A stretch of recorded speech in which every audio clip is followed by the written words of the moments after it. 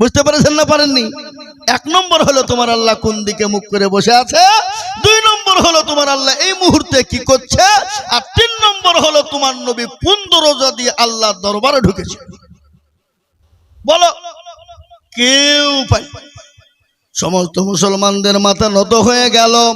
কেউ যখন পারল না, মুসলমান দরদি আমার ভাইয়েরা, কেউ যখন পারল না, খ্রিস্টান বলল তাহলে তোমরা কথা অনুযায়ী ওয়াদা করেছো তোমরা সমস্ত মুসলমান খ্রিস্টান হয়ে যাবে।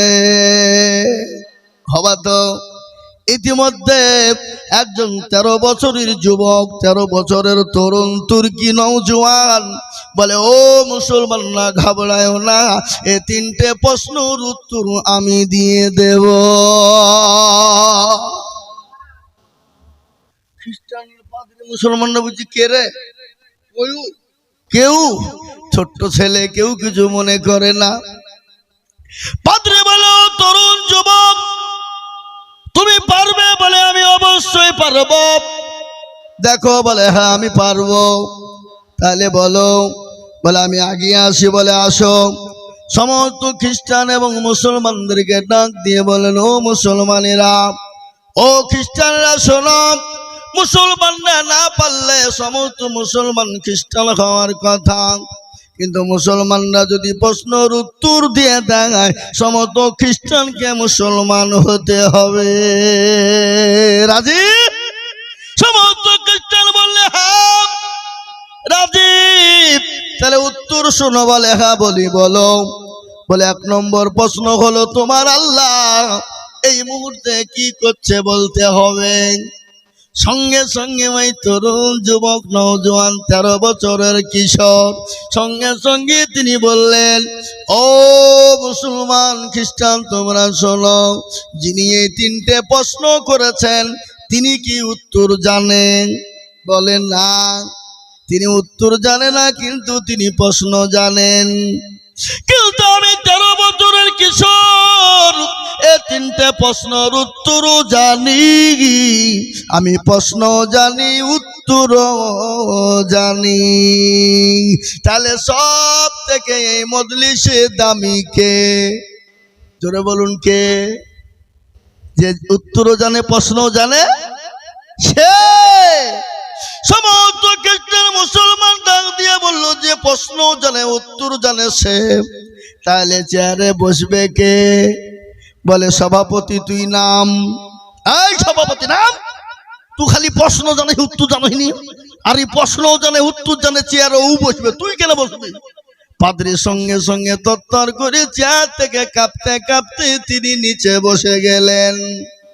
ওই মুসলমানদের 13 বছরের তরুণ যুবক নওজোয়ান তিনি চেয়ারে বসে বললেন, বসার সঙ্গে সঙ্গে বললেন, কুলিল্লাহুম্মা মালিকাল মুলক তুতিল মুলকা মান তাশা ওয়া তানজিউল মুলকা বিমান তাশা ওয়া তুইজ্জু মান তাশা ওয়া তুজিল্লু মান তাশা ওয়া বিয়াদিকাল খায়র ইন্নাকা আলা কুল্লি শাইইন কাদির। আল্লাহু আকবার।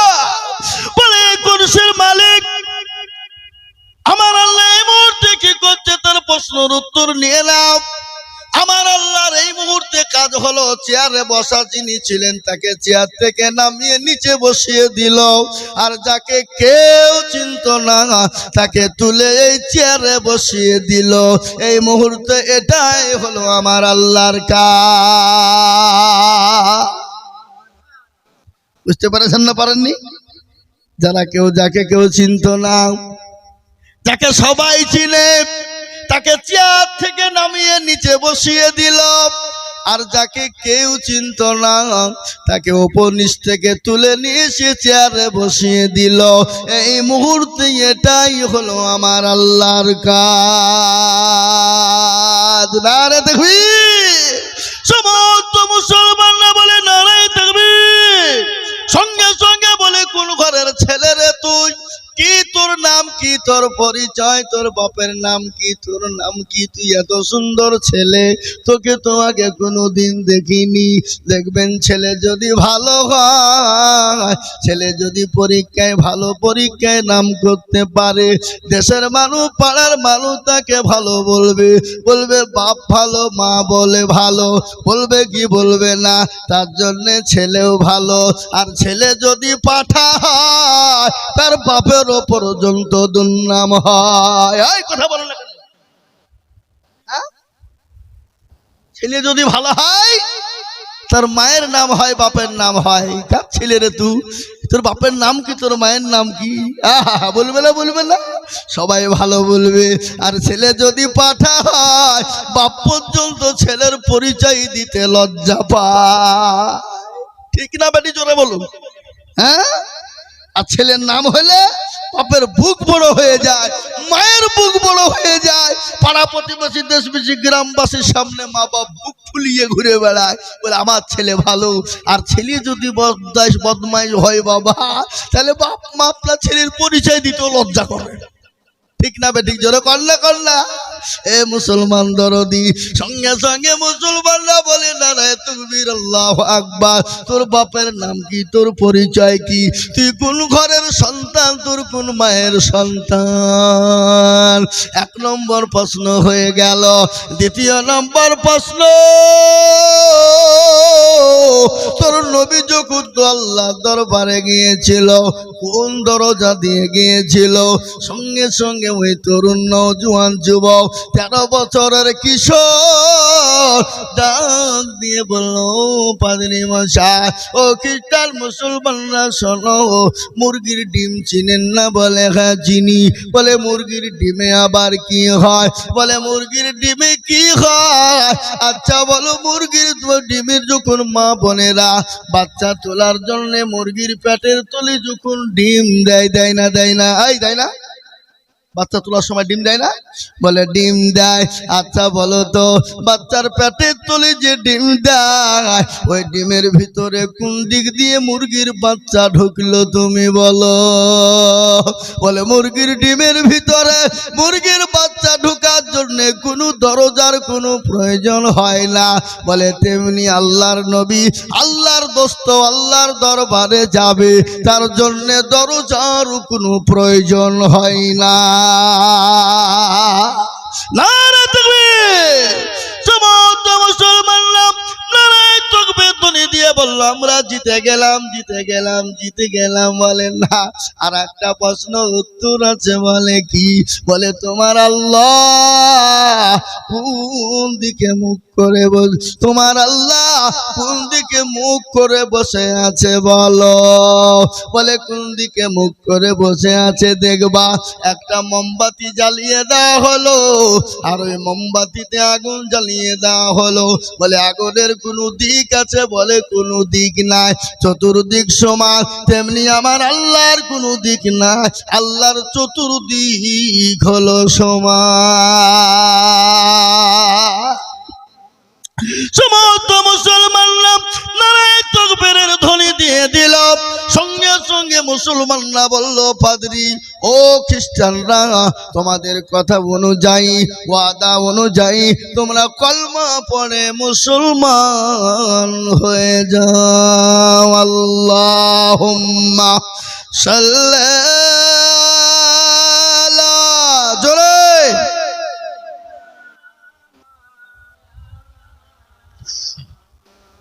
ওয়ালা আলি সাইয়্যিদিনা। এ মুসলমান আমার আব্বা জানেরা, ওই সালমানের বাড়ি তিনি 50 বছর ধরে মূর্তি পূজা করেছিলেন। ধর্ম ভালো লাগলো না, তিনি ধর্ম মূর্তি পূজা ছেড়ে দিলেন, তিনি খ্রিস্টান ধর্ম পালন করলেন। 50 বছর ভালো লাগলো না। খ্রিস্টানের পাদ্রীকে বলেন, পাদ্রী মশাই, আমি 50 বছর মূর্তি পূজা করলাম, ভালো লাগে না, আমার দিল মন গলে না। তারপরে 50 বছর খ্রিস্টান ধর্ম পালন করলাম, তারপরও আমাকে ভালো লাগে না। আপনি আমাকে এমন কোনো একটা ধর্মের সন্ধান দিতে পারবেন যে ধর্মটা পালন করলে আমি দুনিয়াতে শান্তি পাব এবং পরকালেও শান্তি পেয়ে যাব। পাদ্রী বলল, সালমান ফারিস, তুমি তো ভালো ছেলে, ভালো ঘরের সন্তান, আমি তোমাকে একটা ধর্মের সন্ধান দিতে পারি, কিন্তু তুমি কোনোদিন কাউকে কোনোদিন কথাটা বলবে না, কোনোদিন কাউকে জানাবে না, কোনোদিন কারো সামনে বলবে না। আমি তোমাকে সন্ধান দিয়েছি, এই কথাটা যদি তুমি বলে দাও তাহলে আমাকে সমস্ত খ্রিস্টানরা মেরে ফেলবে, হত্যা করে দিবে। সালমান ফারিস বললেন, ও পাদ্রী মশাই, আপনি কোনো টেনশন করবেন না, চিন্তা করবেন না, আপনি আমাকে ওই ধর্মের কথাটা জানিয়ে দিন, আমি কোনো দিন আমি আপনাকে জিজ্ঞাসা করব, বলবো না। বলে সে ধর্মটার নাম কি? বলে সে ধর্মটির নাম হলো ইসলাম। কিন্তু তুমি জানো এমন একজন নবীর আবির্ভাব হবে, এমন একজন নবীর আবির্ভাব মক্কা জমিনে হবে, যার বাপের নাম হবে আব্দুল্লাহ, মায়ের নাম হবে আমিনা, তার চেহারা হবে অতি সুন্দর। তার এত সুন্দর চেহারা, একটা ঘটনা শুনেলেন, আমার নবী আল্লাহ এত সুন্দর চেহারা দিয়েছিল, বিশ্ব নবী একান থান পরতেন, একান থান গায়ে দিতেন, এত সুন্দর করে তিনি বসতেন, মিডিল দিয়ে তিনি সিঁথি পারতেন, এত সুন্দর তিনাকে লাগতো। রাজাকে তার সিংহাসনে বসলেও অত সুন্দর লাগতো না। আল্লাহ বলুন। বিশ্ব নবীর বিবি হযরত মায়েশা রাদিয়াল্লাহু তাআলা আনহা উম্মুল মুমিনিন, আমাদের মা, তিনি একদিন বলছেন, আমার বাড়িতে অন্ধকার, বাড়িতে আমার সুই হারিয়ে গেছে। সুই বুঝেন নাই? সুই বুঝেন না? মা বোনেরা সেলাই করে, এখন তো সেলাই আর করছে না। আগের মা বোনেরা কি কেথা পাড়িয়েছে বলেন ধেনি, আর এখন কেথা পাতা কিনা বাদ দিয়ে স্বামীকে বুঝে দেখো এখন চাদর কিনে লিসো, এখন ব্ল্যাঙ্কেট কিনে লিসো, মানে কে সুখ, ঠিক না? এত সুখ পাওয়ার পরও মা বোনরা নামাজ পড়ে না। আপনাদের দেশের কথা বলছি না, আপনাদের দেশের কথা বললে বলে এই মৌলবিকার জীবন আনহীনতা বলবে, কি বুঝলেন? মেয়েরা এত সুখ পাওয়ার পরও নামাজ পড়ে না। আমি বলবো আপনারা বসেন, চলবে? চলবে তো নাকি? চলবে? তাহলে চলবে, খালি বসে থাকেন, চলবে, সব বলবো আজকে, টেনশন নাই।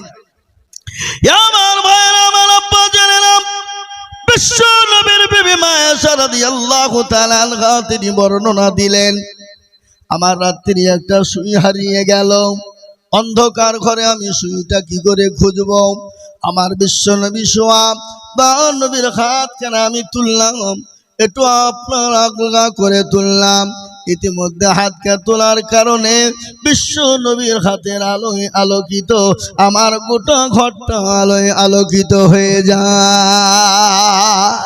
আমি ওই সুইটা খুঁজে পেলাম। বিশ্ব নবীকে আল্লাহ এত সুন্দর করে বানিয়েছিলেন, যেমন ইউসুফ নবী আলাইহিস সালামকে আল্লাহ এত সুন্দর করে বানিয়েছিল, মিশরের নারীরা দেখে পাগল হয়েছিল। হয়েছে না হয় নাই? জোরে বলুন না কেন? হয়েছে না? জুলাইখা, মিশরে আজিজের বিবি জুলাইখা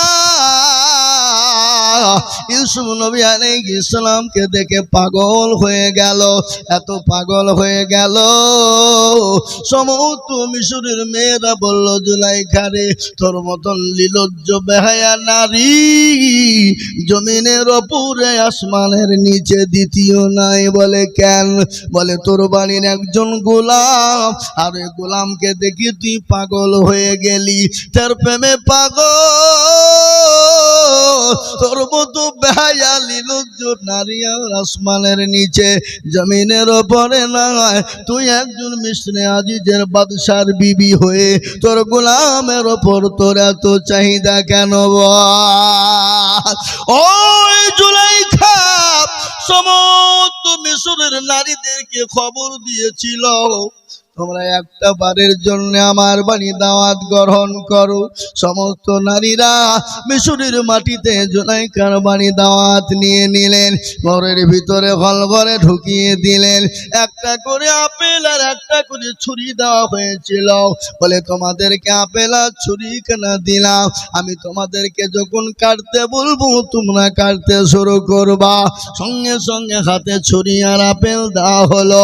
ইউসুফ নবী আলাইহিস সালাম একজন নবীকে এক মহিলাদের সামনে আনাটা ঠিক নয়, কিন্তু তারপরে ইউসুফকে একটা ঝলক দেখিয়েছিল।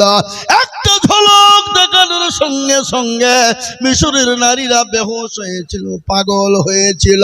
এমনকি তারা আপেল কাটতে গিয়ে কেউ হাতের কবজা কেটে ফেলেছিল এবং হাতের আঙ্গুল পর্যন্ত তারা কেটেছিল।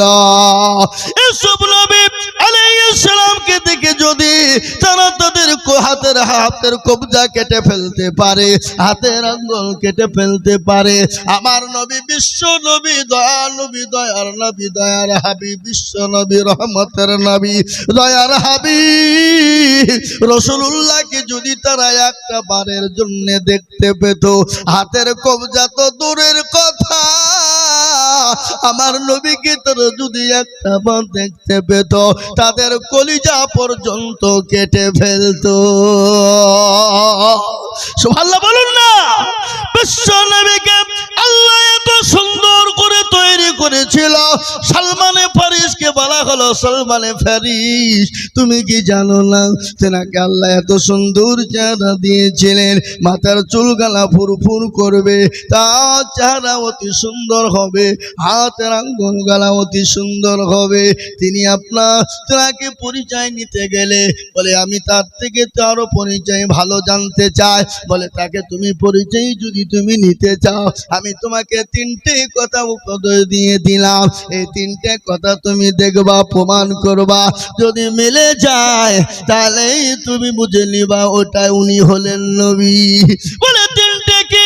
বলে এক নম্বর মাল, তুমি যদি তার কাছে হাদিয়ার মাল নিয়ে যাও, হাদিয়া বুঝেন না এই কথা কয় না, কাউকে কোনো জিনিস দেওয়া হয় ওটাকে কি বলে? হাদিয়া। হাদিয়ার মাল নিয়ে যে তুমি দিবা, দেখবে আলহামদুলিল্লাহ বলে তিনি ওটা গ্রহণ করবে। আর দুই নম্বর, সদকার মাল তুমি নিয়ে যাবে। নবী যদি হয় তিনি সদকার মাল নিবে না। আর সে যদি ভণ্ড নবী হয়, সে যদি ভণ্ড নবীর দাবিদার হয়, তাকে সদকার মাল দিলে সঙ্গে সঙ্গে নিয়ে নেবে। দুই নম্বর, তিন নম্বর কে করে বুঝবা? বলে তিন নম্বর তুমি শোনাও, আল্লাহ নবী দয়ার নবী পিঠের বাম দিকে মোহরের নবুয়তের একটা ছাপ রয়েছে। যদি তুমি দেখো তাহলে মোহরের নবুয়তের ছাপ রয়েছে। ওই মোহরের নবুয়তের ছাপটা যদি তুমি দেখতে পাও তাহলে তুমি দেখবা তিনি হলেন অবশ্যই আল্লাহর নবী। মোহরের নবুয়ত যাকে বেহাইন ক্যামেরা বলা হয়। আজকে যে সিসি ক্যামেরা আমরা লাগাই না, এই কথা বলে না, সিসি ক্যামেরা বোঝেন না? এখন কলেজে, ইউনিভার্সিটিতে, থানায়, বাড়িতে, ঘরে, গোডাউনে, দোকানে সিসি ক্যামেরা হয়। আল্লাহ নবী দয়ার নবী ওই পেছনে যেটা সিসি ক্যামেরা ছিল ওটাকে বলা হয় মোহরে নবুয়ত, ওটাকে বেহাইন ক্যামেরা বলা হয়। ওটা দিয়ে আল্লাহ রসুল পেছন এবং সামনেও যতটা দেখতে পেতেন, পেছনের দিকেও তিনি ততটাই দেখতেন। সুবহানাল্লাহ বলুন। ওটাকে বেহাইন ক্যামেরা বলা হয়, ওটাকে মোহরে নবুয়ত বলা হয়। হযরত সালমানে ফারিস যখন মক্কার মদিনার দিকে রওনা দিলেন, পারস্য থেকে পাহাড়া দিয়ে ছুটে চলে আসবেন মক্কার দিকে। ইতিমধ্যে তার আব্বা তার মা কান্নায় ভেঙে বলেন, মা বলে বেটা সালমান, তুই আমার কলিজার টুকরা, কলিজার সন্তান, তুই আমার একটাই মুখের ধন, ও বেটা তুই যদি চলে যাস আমাদেরকে কে দেখবে? আমরা বিদ্যা বুদ্ধি হয়ে গেছি, আমাদেরকে কে দেখবে? ও বেটা যাবি না। সালমানে ফারিস বলল, মা গো, আমি যে সন্ধান পেয়েছি, যে নবীর সন্ধান পেয়েছি, এমনকি তুমি আমার মা বাপ কেন, গোটা পৃথিবীর সমস্ত জিনিস যদি আমার কাছে তুমি চাও, আমি সমস্ত জিনিসটা তোমাকে দিয়ে দেব। তুমি আমার মা বাপ পর্যন্ত তোমাকে ছেড়ে দিব, তারপরে ওই নবীর রওজা মোবারক ছাড়বো না। একবার ধরে বলুন না, নারায়ে তাকবীর। কেমন মহব্বত, ভালোবাসা সালমানে ফারিস রাদিয়াল্লাহু তাআলা আনহু, তার উপর প্রত্যাঘাত শুরু হয়ে গেল, অত্যাচার শুরু হয়ে গেল। তাকে জিঞ্জিরি দিয়ে আপনার ঘরের ভিতরে বেঁধে ফেলা হলো। মা বাপ মিলে ঘরের ভিতরে জিঞ্জিরি দিয়ে বেঁধে রেখে দিল। একদিন, দুদিন, এক মাস, 2 মাস, 3 মাস, 1 বছর কেটে গেল, কিন্তু জিঞ্জিরি থেকে ছুটে আসতেও পারে না। ঘরের বাইরে থেকে তাকে খাবার দেওয়া হয়, কিন্তু বাড়ি থেকে বেরিয়ে আসতে পারে না। কিন্তু একটা ঘটনা শুনেলেন, ভাই আর বোনের মধ্যে বড় মিল, বড় মহব্বত আছে না নাই? জোরে বলুন। ভাই আর বোনের মধ্যে যা মহব্বত, ভালোবাসা, এই ভালোবাসার দাম দেওয়া যাবে না। কিন্তু অনেকজন আছে বোনকে ঠগিয়ে দিয়ে বোনের জমিগুলাকে বাপ মাকে ফাঁকি দিয়ে লুকিয়ে নেয়, এরকম আছে না নাই? আপনাদের দিকে সব নাই? হ্যাঁ, আবার এমনও মা বাপ চালাক আছে, বাড়ির জমিটা বিটিকে দেয় না, বলে বাড়ির জমি বিটি কি করবে, মাঠে লেখিয়ে বেটা নিবে। এই হারামখোর, বেটাকার বিটিকার, তুমি বিটি বেটার নামে বাড়ির জমি সম্পূর্ণ লিখে দিবা, আর বিটিকে দিবা না, ফাঁকি দিয়ে বলে মাঠে লদ্দুমাই লেগা। এ করলেও হবে না, বিটি যতটুকুন বাড়ির ভাগ পাবে ততটুকুন দিতে হবে। অনেক ভাই আছে বোনকে ঠকিয়ে মা বাপের কাছ থেকে জমি ফুসলে ফাসলে লিখে লাই, আছে না নাই? জোরে বলুন। এটা কিন্তু অন্যায়। কিন্তু ওরকম কিছু মানুষ আছে বেটার নামে সব লিখে দেয়, বিটিকে ফাঁকি দেয়, বোনকে ফাঁকি দেয়।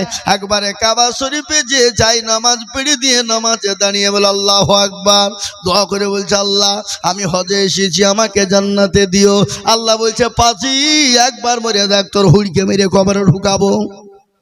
আই বোনকে ঠকালছিস, বিটিকে ঠকালছিস, ফুপুকে ঠকালছিস, সব জমি গেলা মুচ্ছে লুকিয়ে নিয়েছিস, বিটিকে বাড়ির ভাগ দিসনি, ওই গর্ত খুঁজে দিয়েছিস। এরকম হয় না? হয় না? জোরে বলুন।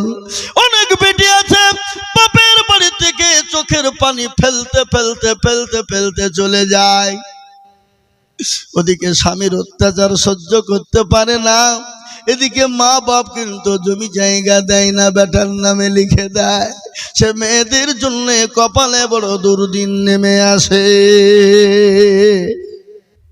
এর জন্য জব বাপকে দিতে হবে, এর জন্য জব বাপকে আল্লাহর দরবারে দিতে হবে, কবরে দিতে হবে। তাই আমি বলবো, হুকুকুল্লাহ আর হুকুকুল ইবাদ, এক হলো আল্লাহর হক আর এক হলো বান্দার হক। কেউ যদি আল্লাহর হক নষ্ট করে দেয়, আল্লাহ ইচ্ছা করলে তাকে ক্ষমা করে দিতে পারে, পারে না? জোরে বলুন। আল্লাহর হক কি বলেন তো? আল্লাহর হক কি কে বলতে পারবেন? আল্লাহর হক হলো নামাজ, আল্লাহর হক হলো নামাজ, রোজা, কলমা, হজ, যাকাত। আপনি কোনো কারণবশত নামাজ পড়তে পারেননি, কোনো কারণবশত, আপনি আবার ভুল বুঝলেন না যে মৌলবি আইজুর বুঝে গেছে নামাজ পড়তে না বললেও আল্লাহ মাফ করবে, এটা বলিনি আমি। কোনো কারণবশত আপনি নামাজ পড়তে পারেননি, কোনো কারণে আপনি রোজা করতে পারেননি, কিন্তু আল্লাহ আপনাকে ইচ্ছা করলে মাফ করে দিতে পারে। কিন্তু আপনি যদি কারো হক নষ্ট করে দেন, যতক্ষণ পর্যন্ত সে আপনাকে ক্ষমা না করবে, আপনার নামাজ, রোজা, কলমা, হজ, যাকাত আল্লাহর দরবারে কবুল হবে না। আপনি যতই মৌলবি হন, হাজি গাজি পাজি যাই হন না কেন, আপনি অন্য কারোর হক নষ্ট করে জমি জায়গা, গাড়ি বাড়ি, বিল্ডিং, জমি জায়গা করবেন আর আপনি জান্নাত চলে যাবেন, অত সহজ? আমি মনে মনে করছি নেতাদের কি হবে, ঘরের টাকা যেভাবে মেরে খেয়েছে নেতারা, কাটমনি আর ফাটমনি, এই খাইছে না খায় না জোরে বলুন। এখন ধৈর্যার মানজায় দড়ি বেঁধে একবারে আন্ডার প্যান্ট পিন্দি ঘুরিয়ে নিয়ে বেড়াইছে। যা কাটমনি খা, কাটমনি খেয়েছে সব। আর মা বোনেরও ধরেন টাকার লোভে দে কাটমনি হবে লক্ষ্মীর ভান্ডার, 2000 5000 চাইছে দিয়ে দিয়েছে। 20 বছর, শোনো যারা 20 বছর 25 বছর পুজো নি লক্ষ্মীর ভান্ডার নিয়েছে, সব তৈরি হও, সবকে জেলে ভরবে। কি বলবেন, এদের কি দোষ? নেতাদেরকে ভরবে, এদের দোষ। হ্যাঁ, আর আমাদের দেশের এখন নতুন নয়া মুখ্যমন্ত্রী, হ্যাঁ কি বলে, কি ভান্ডার বলছে, অন্নপূর্ণ ভান্ডার, 12 পাতার ফর্ম। ও বাপজি 12 পাতার ফর্ম মানে কি, ও দুনিয়ার যত গোষ্ঠী গোষ্ঠী অমুক তমুক এ ও যত অত সবারই নাম লাগবে, দিতে হবে অন্নপূর্ণা ভান্ডার। কি বুঝলেন? তার মধ্যে মানে আজকে ঢুকি গেল টাকা, ঢুকেছে। আমি আপনাদেরকে বলছিলাম বাবা, হুকুকুল্লাহ হুকুকুল ইবাদ, এই হুকুকুল্লাহর একটু বায়ান করি না, করব না, করি, করব হুকুকুল্লাহর হুকুকুল ইবাদের বায়ান। আল্লাহর নবী বিশ্ব নবী জনাবে মুহাম্মদুর রাসূলুল্লাহ সাল্লাল্লাহু আলাইহি ওয়াসাল্লাম একদিন মসজিদে নববীতে তিনি ঘোষণা দিলেন, অমুক দিন অমুক সময় তোমরা মসজিদে নববীতে হাজির হয়ে যাবে। সমস্ত সাহাবারা মসজিদে নববীর আনাচে কানাচে সমস্ত মসজিদে বয়ান লোড হয়ে গেল। বক্তব্য রাখবেন বিশ্ব নবী হক সম্পর্কে বয়ান করবেন। হক সম্পর্কে, মা বোনেরা চুপ করো, গল্প করো না। এই দেখো লক্ষ্মীর ভান্ডার গল্প শুরু করে দিয়েছে, দেখেছ শুরু করে দিয়েছে। আমি কেবল শুরু করি যে ওরা শুরু করতে বুলিতে লেগেছে। এরা চুপ করো মা, আমি তোমাদের কাজকে জান্নাতে ঢুকিয়ে দিয়ে যাব, টেনশন নাই, কোনো চিন্তা করবে না। আল্লাহ নবী বলেছে মেয়েরা 4টে কাজ করবে, 1 নম্বর 2 নম্বর 3 নম্বর 4 নম্বর, 4টে কাজ মেয়েরা করবে, আল্লাহ জান্নাতের 8টা দরজা তাদের জন্য খুলে যাবে। 4টে কাজ করতে হবে। এই 4টে কাজের কথা আমি বলবো, বলে আমি আমার বক্তব্য শেষ করবো ইনশাল্লাহ। আর আমি কিন্তু বেশিক্ষণ বলবো না, 12টা পর্যন্ত টাইম আমার, নাকি 12টা শেষ করবো। আমার ভাইয়ের আব্বা জানেনা, আমার মা বোনেরা কান করে শুনেলেন, বিশ্ব নবী তিনি হুকুকুল্লাহ হুকুকুল ইবাদ সম্পর্কে বয়ান করছিলেন। আল্লাহর নবী একদিন ডাক দিয়ে বললেন, সাহাবারা হক সম্পর্কে তোমাদের কাছে বর্ণনা দিতে চাই, তোমরা বসে যাও। সমস্ত সাহাবারা একে একে বসে গেলেন। রাসূলুল্লাহ বললেন, আমি রাসূল দুনিয়া থেকে হয়তো বিদায় হয়ে যাব, আমি আজকে তোমাদের কাছে হক সম্পর্কে 2টো বয়ান করে যাচ্ছি। তোমরা নবী, আমি নবী, আমার কাছে যদি তোমাদের কারো হক পাওনা থাকে, আমি রাসূলুল্লাহ তোমাদের কাছে হক আদায় করতে চাই। কি নবী, কি মায়া নবী, বিশ্ব নবী তিনের জিন্দেগি, তার জীবনে কত সাহাবাদের সঙ্গে কি ব্যবহার তিনি করেছেন। আর আমাদের জিন্দেগিতে জীবনে কোনো ইবাদত বন্দেগি আছে গো? জোরে বলুন, আছে? এ জীবনে এ না করিলাম বন্দেগি, গুনাহ করে কাটাইলাম জিন্দেগি, গুনাহ করে কাটাইলাম জিন্দেগি। তোবা করে আবার তোবা ভাঙ্গিলাম, অবশেষে কাটিত করিলাম, অবশেষে কাটিত করিলাম। সকলেরই দরজা হইতে ফিরিয়া আপনার রোজায় রইলাম পহরিয়া, আপনার রোজায় রইলাম ফেরিয়া। এত গনা করছি আমরা জীবনে, ক্ষমা করো মাবুদ মাওলা বান্দারে, ক্ষমা করো মাবুদ মাওলা বান্দারে।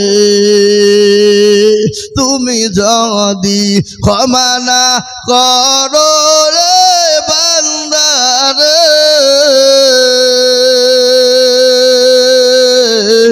বলো তো বান্দা যাবে কারো দ্বারে, বলো তো বান্দা যাবে কারো দ্বারে। এ মুসলমান দরদি আমার ভাইয়েরা, আল্লাহ নবী হক সম্পর্কে তিনি বয়ান করে বললেন, ও আমার সাহাবারা, তোমরা যদি আমার কাছে কেউ হক পেয়ে থাকো, তোমরা বলো আমি নবী তোমাদের হক আদায় করতে চাই। সমস্ত সাহাবারা বিশ্ব নবীর চোখের দিকে তাকাইতে শুরু করে দিলেন। একজন সাহাবা তিনি খাড়া হয়ে গেলেন, বলেন নবী গো, ইয়া রাসূলুল্লাহ, আমি আপনার কাছে একটা হক আদায় করতে চাই গো নবী।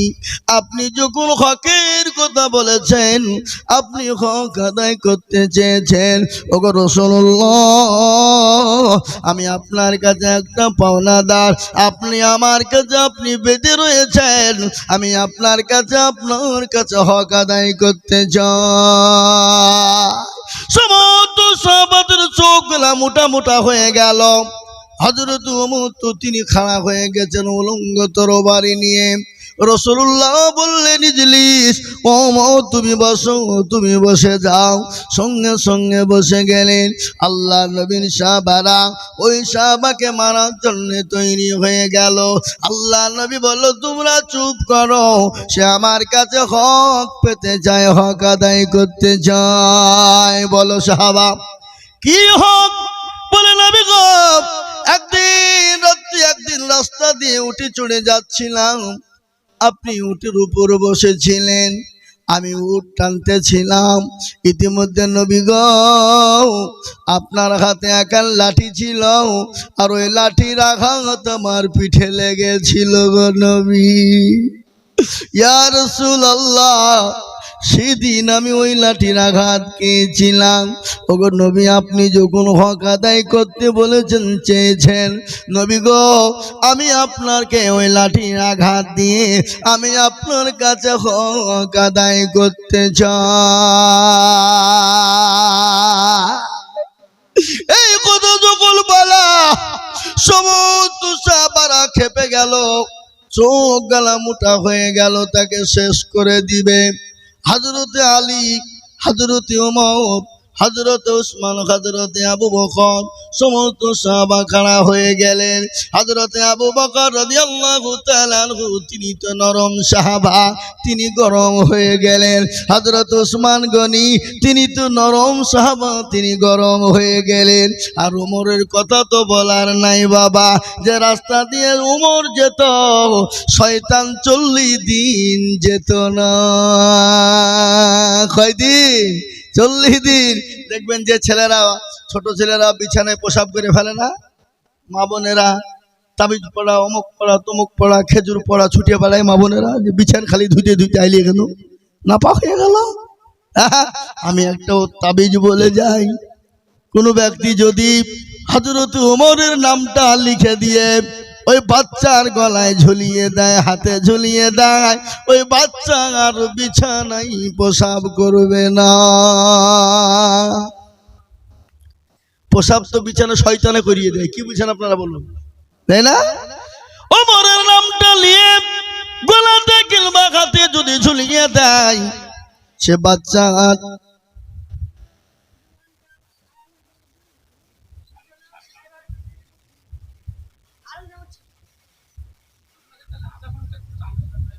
আবার বলতে হবে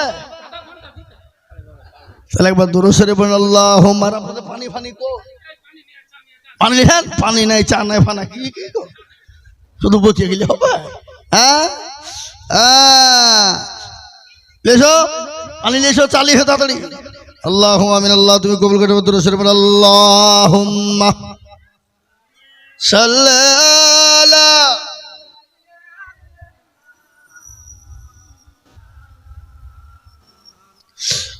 আলা